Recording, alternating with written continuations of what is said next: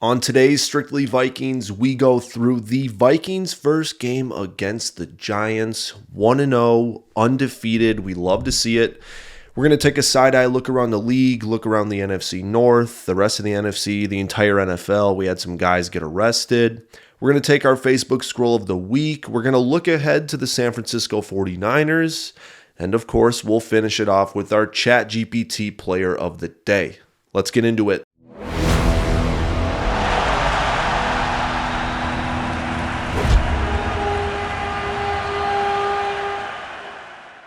Today is Wednesday, September 11th, and the Minnesota Vikings are undefeated. Yes, a fantastic, dominant, all-around performance from the guys in purple that we absolutely love to see. A great way to start the season, a great way to start fans off on the right track.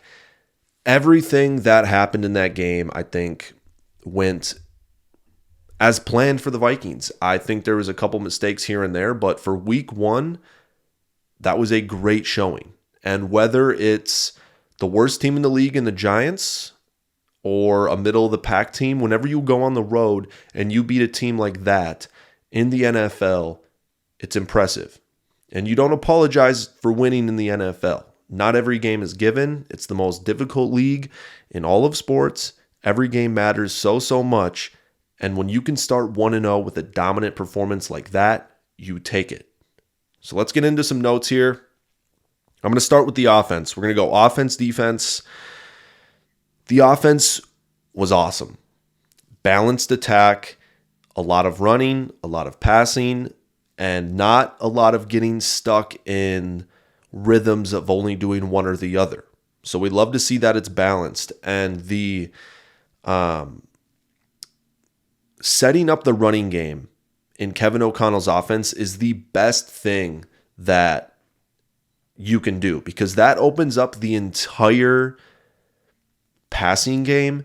And not only does it open it up, but it makes it so easy for the quarterback to go through one read and find an open wide receiver, especially when you got guys like Jefferson and Addison, and they looked great. And Darnold starting out 12 for 12, 13 for 13, whatever it was, that's awesome. Because that means he's throwing to open wide receivers, he's being accurate, and he's throwing with confidence. And Sam Darnold with confidence is a great thing to have for this football team, because to be honest with you, I'm not sure if Sam Darnold really had much confidence in the NFL before this season. I think his confidence really hurt him. I think he was really in his own head, and Kevin O'Connell being able to flip his mind into being a confident NFL quarterback changes a lot of things. Jefferson and Addison looked great. I didn't have any doubt in them not looking great heading into the season, but it's great to get their confidence up, to get them involved early, and to get them feeling good about where this offense is at, where the quarterback situation is at. And, unfortunately for Addison, it rolled ankle, ended his game a little early, and hopefully he gets all right. But Jalen Nailor stepped up. He looked fantastic. He deserves this. He's been balling in preseason. He's been balling in training camp. And to be honest with you, I'm not surprised at all that Jalen Nailor looked that good. He's been looking that good in training camp and in preseason, and I'm not surprised at all to see him balling out week one. So I'm glad he got that touchdown. Aaron Jones looked great. He didn't do anything in the preseason or the training camp for me to be extremely excited. He looked fast, he looked explosive, but nothing really stood out. And he really didn't practice that much, which I don't care about. I mean, he's a veteran in this league, and taking a practice off is just as good as getting another one in for Aaron Jones right now. So I wasn't upset about it at all, but he looked very, very good. And the difference of him the difference from Vikings fans going from Madison to him is a flip 180. I mean, Jones was breaking it outside, and even if the play wasn't meant to go there, he was beating guys to the edge on that first touchdown. He did it for sure, and he looked great. And I saw that everyone was commenting on the Packers post the thanks for giving us Aaron Jones. Thanks for giving us Aaron Jones. And people were freaking out about, oh, he's going to get hurt. He's going to get hurt, blah, blah, blah, blah. Anyway, he looked great. Ty Chandler looked like a great running back too as well. He looked explosive, and that dynamic 1-2 punch is going to be awesome. I'm telling you guys, Ty Chandler is so slept on in this Vikings offense, and he's going to wake the rest of the NFL up this season because say Aaron Jones does miss a couple games, Ty Chandler is going to step up in a big, big, big way. Brian O'Neill and Christian Darrisaw played fantastic. There was hardly any pressures. I know Sam Darnold scrambled maybe a couple times, but other than that, there was nothing on this Giants pass rush. And this is one of the better pass rushes in the league with Kayvon Thibodeau and Brian Burns on both sides. That is one of the best pass rushes the Vikings are probably going to see all year with those two guys. Very dynamic pass rushers. And Christian Darrisaw and Brian O'Neill absolutely shut them down. Like, they weren't even getting close to Sam Darnold. They weren't even batting the ball down. They looked fantastic. The interior offensive line, here and there. Ed Ingram struggled in the pass game for sure. He picked it up in the run game a little bit, but man, it's frustrating on the first drive of the game, seeing that offense trot out there and Dexter Lawrence absolutely destroy Ed Ingram and get a sack. That's just extremely frustrating because the interior offensive line has been what the Vikings have needed to work on or get better at in the last 2 seasons, and it feels like they've just been ignoring it. And Blake Brandel played great, but Garrett Bradbury and Ed Ingram, man, they need to pick it up. And if they pick it up and just become middle-of-the-line players and don't allow these big sacks and possibly strip sacks and plays that can change an entire game, if they stay away from those, this Vikings offensive line is one of the best in the league. I already think it's one of the best in the league just based off the tackles and the experience in the middle. And I think if they can limit those big plays for the defense, they're going to be a problem all season. The offense looked great, well balanced. Really no complaints from that offense. Stalled a little bit in the second half. Nothing too crazy though, but I'm interested to see what it looks like against a very good defense in San Francisco, and we'll preview it a little bit later on in the show, but it's going to be interesting to see this Vikings offense go up against this 49ers defense and transitioning to the Vikings defense. It's going to see what they can do against a well-oiled machine in the San Francisco 49ers. But let's talk about what they did right against the Giants. I first want to shout out Ed Donatel. You made the Giants sign Daniel Jones to a 4-year, $160 million contract. And since Daniel Jones has signed that contract, he's thrown more pick sixes than he has touchdowns to Giants receivers and running backs and everybody. He's thrown more pick sixes than he has touchdowns since signing a $160 million deal. Let that sink in. And it was all because of Ed Donatel. And I know these defenses are different from 2022 to 2024. They're different. But this Giants offense, it's still Daniel Jones. Daniel Jones wasn't some world beater in 2022. They played the Eagles the next week in the playoffs in 2022 and got absolutely ransacked. Daniel Jones isn't no world beater. Ed Donatel made him look like a world beater, and the Giants were forced to pay him $160 million. That might end up being the worst contract extension in the history of the NFL. And I feel for you Giants fans because, man, that was brutal to watch. That was never, throughout the entire game, did I feel threatened by this Giants offense. Their first field goal came after the CJ Ham fumble, And I couldn't even remember how they got there. Their second field goal was like a 50-yarder. And it was bad. And I feel for you, Giants fans, because that was bad. And I think it's partially a mix of Daniel Jones is just bad, but B-Flow is dialing some stuff up. And this Vikings defense looked good. And they were running around. And I feel like this Vikings defense there's not really one superstar on this unit. There's not a Micah Parsons. There's not a Myles Garrett. There's not a Max Crosby. But collectively, there's a bunch of dogs on this defense. John Grenard, Andrew Van Ginkel, and Dallas Turner, three-headed monster, is insane. I think people slept on how good Andrew Van Ginkel is. And I know he was out for some time in training camp and he didn't really play in the preseason. But my God, he is a dog. Dallas Turner, dog. John Grenard, dog. Ivan Pace, dog. Cam Bynum, dog. Josh Metellus, dog. Josh Metellus might be the biggest dog on this defense. These boys were flying around, making plays, and making the $160 million quarterback look like his debut in the NFL.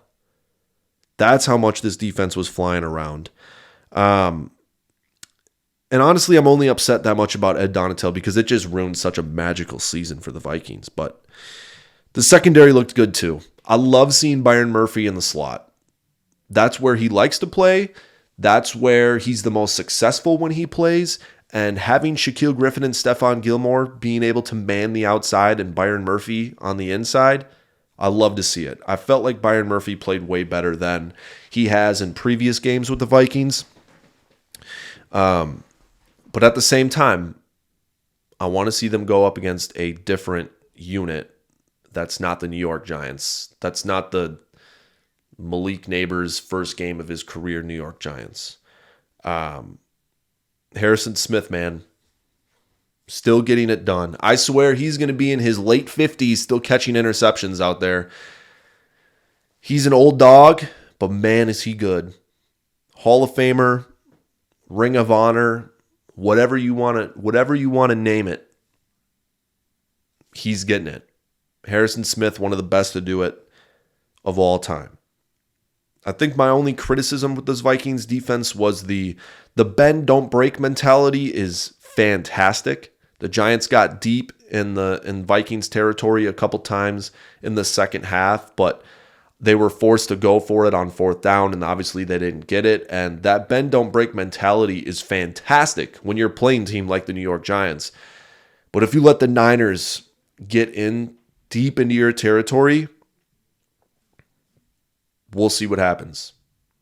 The Niners, the Niners actually, they didn't finish on drives last night, but I believe they were playing a much better defense in the Jets than the Vikings have right now. I mean, the Jets have the more standout players, but the Vikings collective group as a defense was looking fantastic. I'm having confidence in it, and Brian Flores will always get the most out of every single player on his defense, and that's what just makes this group so special. And I'm glad B-Flow is leading it.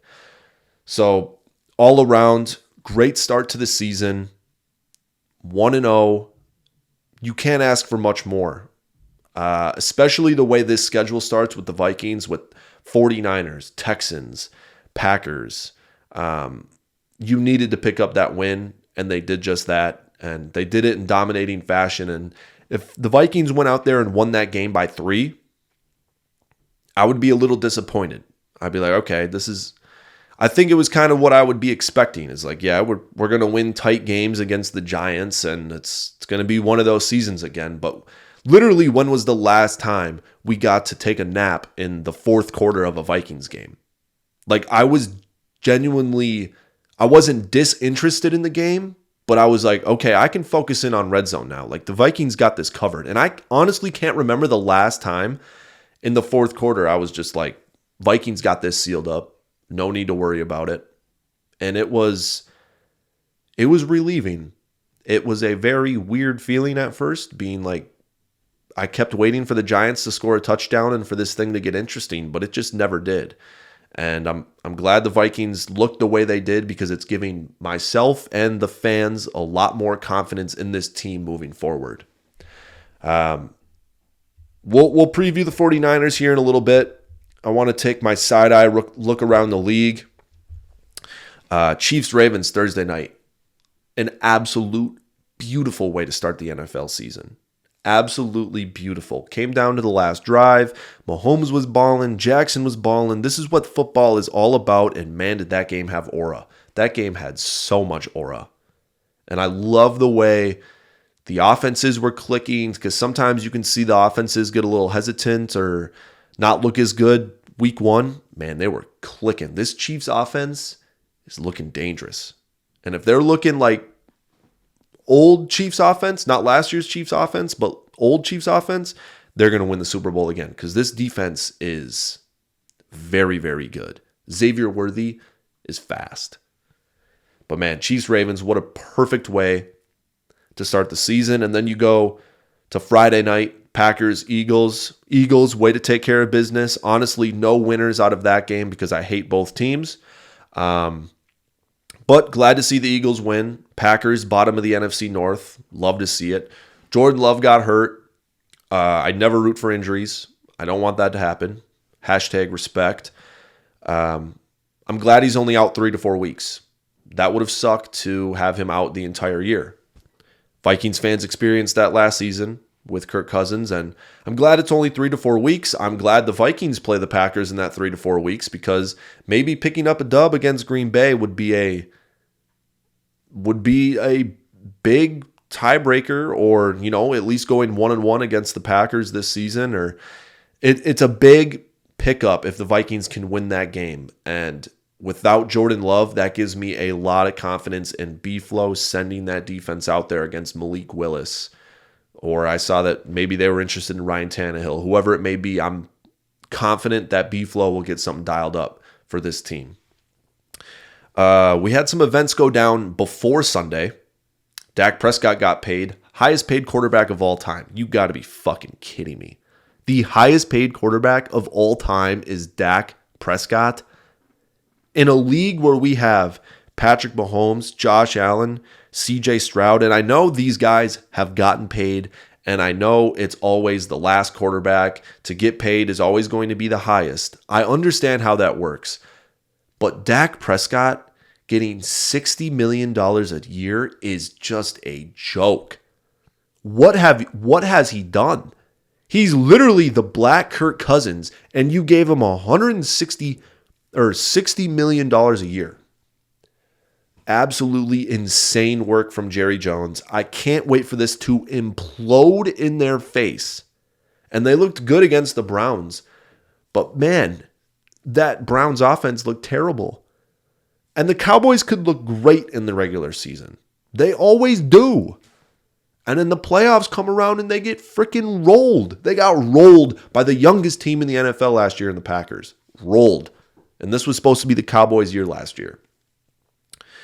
It's unbelievable that he's the highest paid quarterback in the league. And Tyreek Hill got arrested. If you follow me on Instagram, I posted on my story my bets. Oh, by the way, I'm off to a blazing start in the NFL. I'm 7-1 in my first 8 NFL bets. That was a touchdown parlay on Thursday. I hit the Chiefs -3. I hit the Chris Jones to get a sack.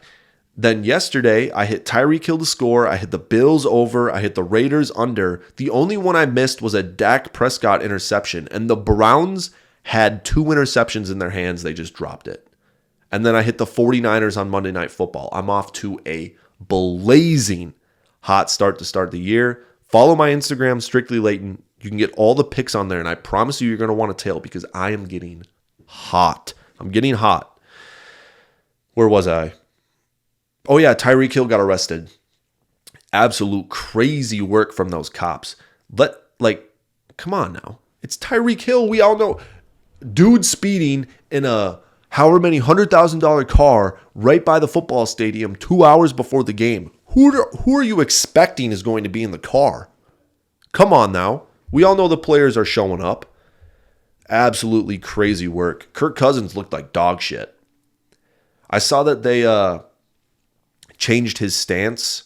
Very weirdo activities, changing how 30-some-year-old quarterback stance. And I get he's coming off an Achilles, but my God, he looked like a statue.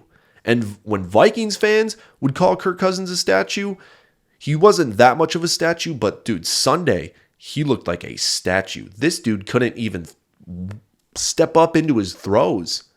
They were looking bad. That interception, when they had a chance to go tie the game or whatever it was, man, that interception was bad. Kirk Cousins did not look good. Sam Darnold looked great. Things are changing in Minnesota. And moving on from, and we're not overreacting to one game. We never do that on this podcast. We would never overreact to a preseason game or one regular season game. But Sam Darnold is better than Kirk Cousins, and Kevin O'Connell's got this team rolling, and I love the way the Vikings looked. And I love the way Kirk Cousins looked terrible. I love it. Kwesi, galaxy brain moves, my guy. Caleb Williams, he looked like dog shit too. He got freaking bailed.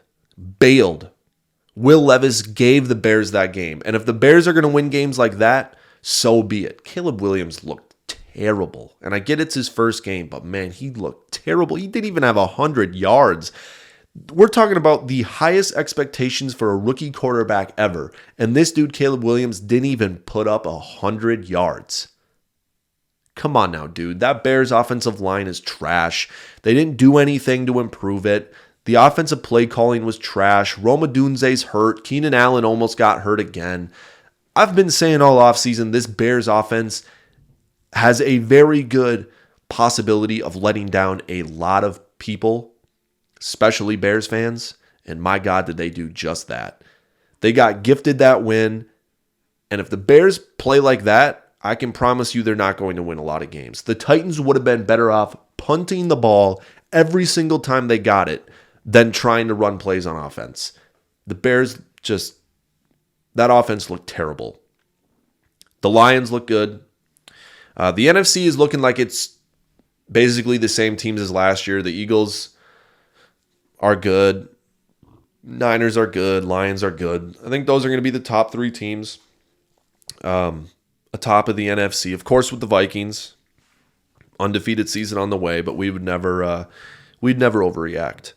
But that was the side I look around the league. I'm so glad football is back. Week 1 in the books. It was fantastic. All right, I'm going to take a quick break, and then we'll be back with the Vikings Facebook scroll of the week. We're going to talk about my punishments for the Giants and upcoming against the 49ers, and then we're going to preview Vikings 49ers when we get back. All right, we're back. Vikings Facebook scroll of the week.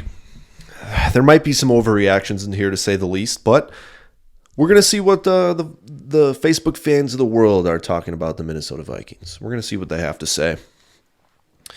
I made this point earlier. Been a long time since we could nap during the fourth quarter. Very true. And man, being able to just watch Red Zone stress-free, not having to worry about a stressful game, it's the best feeling in the world.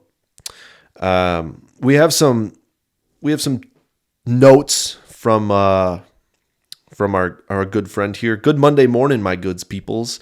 Yup, your GM did that. Here's just some of the moves my main man Kwesi did to build us a true Super Bowl contender. Jeshind Kirko for Darnold.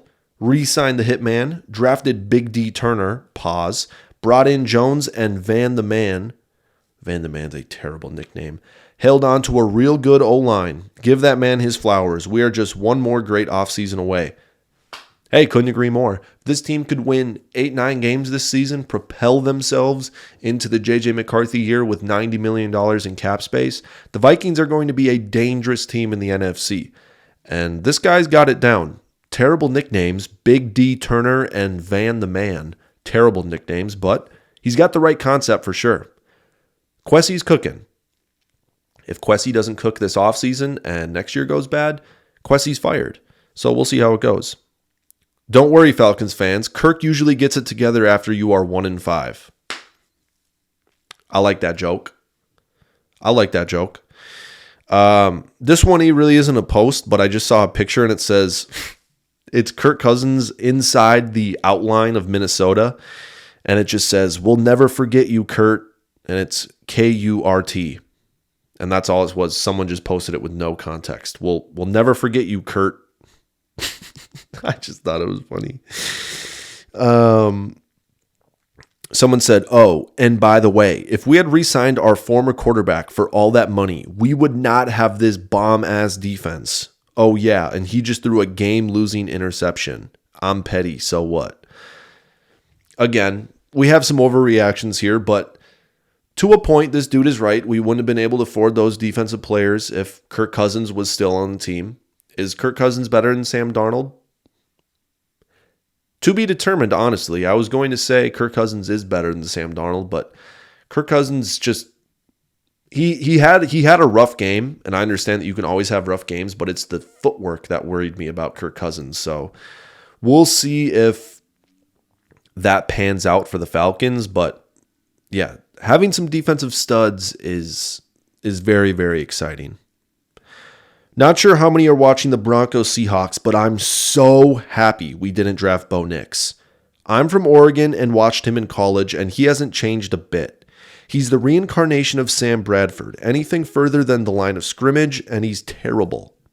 He's a dink and dunk master, and cheating Sean Payton can't gaslight the world any longer. He's awful, and thank you KOC and Kwesi for drafting JJ McCarthy. Beautifully put. Absolutely beautifully put. I've been watching Bo Nix in college for he played 5 seasons, and never was I ever impressed when he was at Auburn. I wouldn't say I was impressed at Oregon. I was more of just like, he's got great athletes, a great system, and anybody can throw 5-yard hitch routes and have the wide receiver run 70 yards for a touchdown to inflate those stats. Anybody can do that. And Bo Nix was just a master at it. Do I think Bo Nix is going to be good? I have no idea.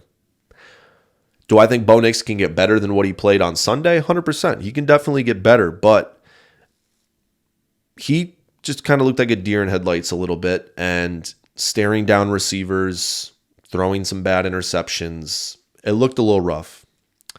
Someone said, haven't felt this good since Keenum was under center. This is a crazy statement. You're telling me you were more confident in Keenum under center, and then you were not confident the entire 6 years Kirk Cousins was here, but now Sam Darnold's under center against the Giants one game, and he's feeling confident? People forget that Kirk balled out here, man. Kirk was a very good quarterback for the Minnesota Vikings.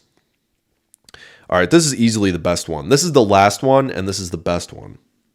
I'm not going to consider O'Connell a great play caller, and he spelt caller like dog caller, till he learns how to get the play in faster. We've been flirting with disaster all game long. I think every year he'll get it better, but I'm not seeing it.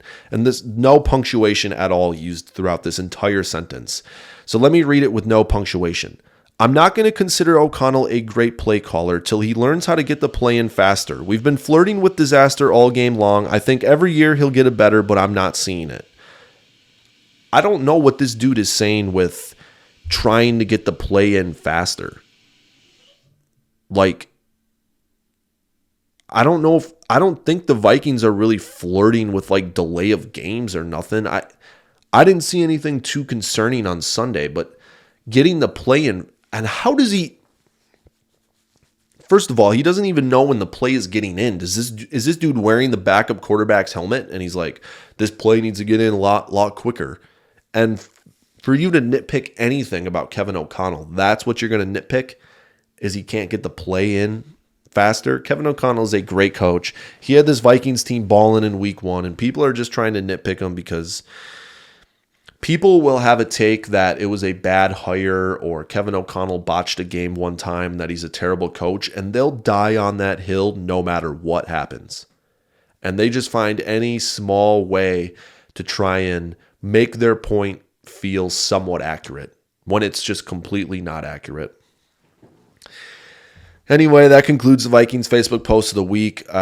It's going to get ugly if the Vikings start losing. Those Facebook groups get brutal. People calling for people's heads. Gets a little out of control. Transition to my Minnesota Vikings punishment. I have to do a punishment if the Vikings lose to the corresponding team. Against the Giants, it was eat an entire Domino's New York style pizza. I didn't do that. I did have Domino's on Sunday, though. It was more of a celebratory Domino's, but I did not eat the entire pizza, and it wasn't New York style. So I didn't do that challenge. Vikings won. We are on to San Francisco, meaning if the Minnesota Vikings lose to the San Francisco 49ers on Sunday, I have to sprint the entire length of the Golden Gate Bridge, approximately 1.7 miles.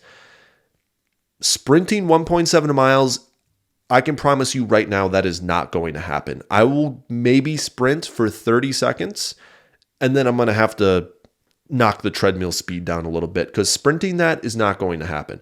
I probably haven't run 2 miles in, I don't know, 3 years. So it's going to be interesting to see what time I get. I go to the gym. I would like to say I'm in physically good shape, but I'm not conditioned whatsoever.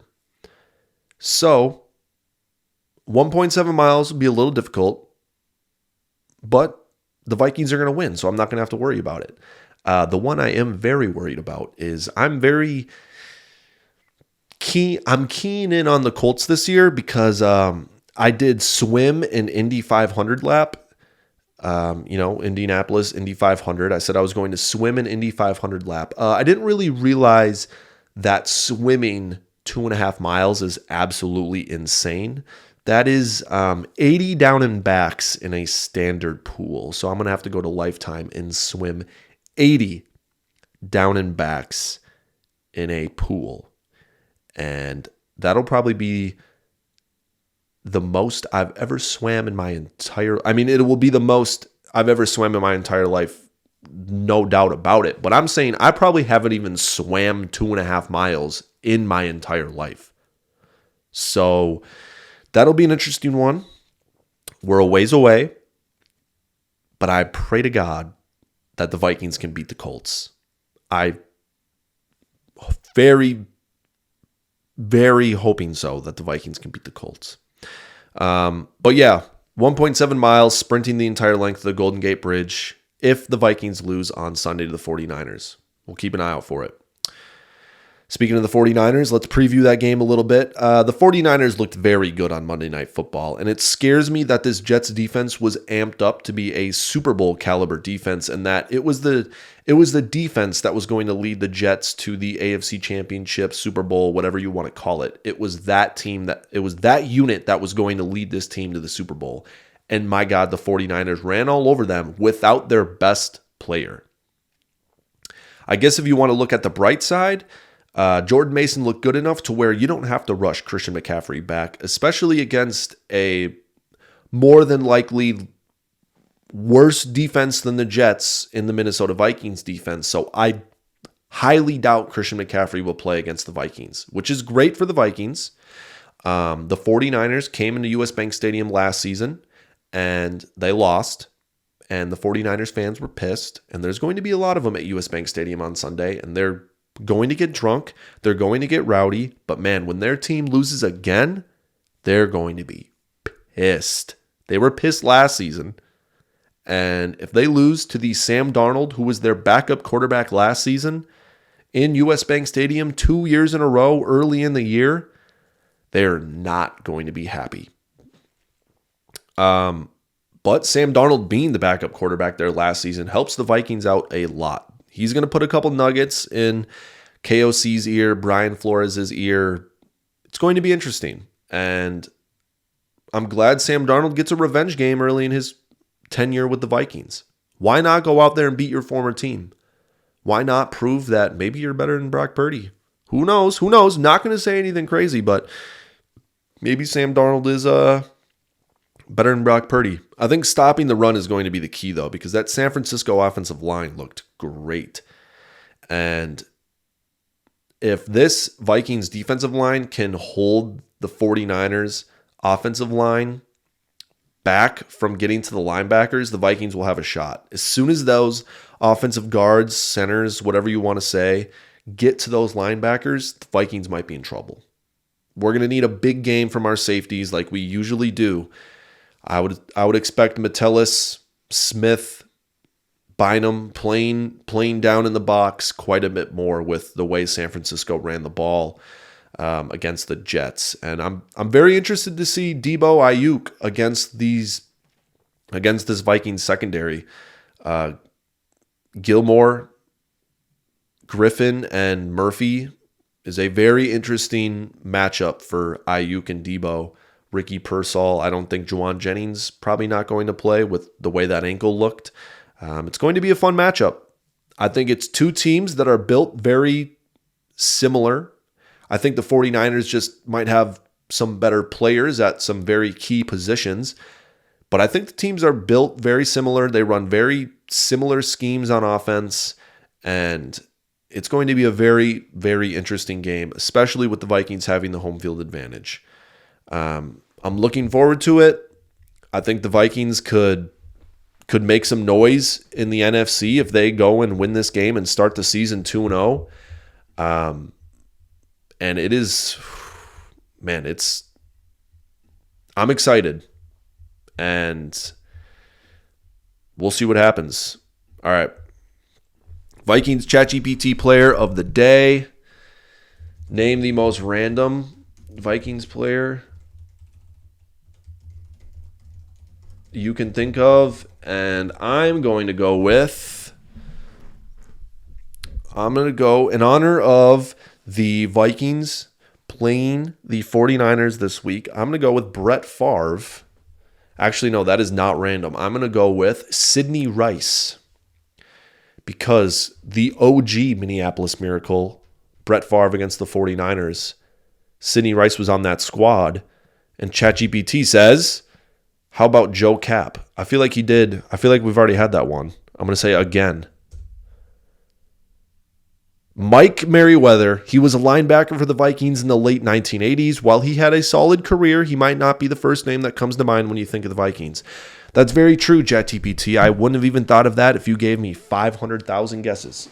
I appreciate you guys. On to the 49ers. Vikings are going to start this season 2-0. Let's get it. Appreciate you.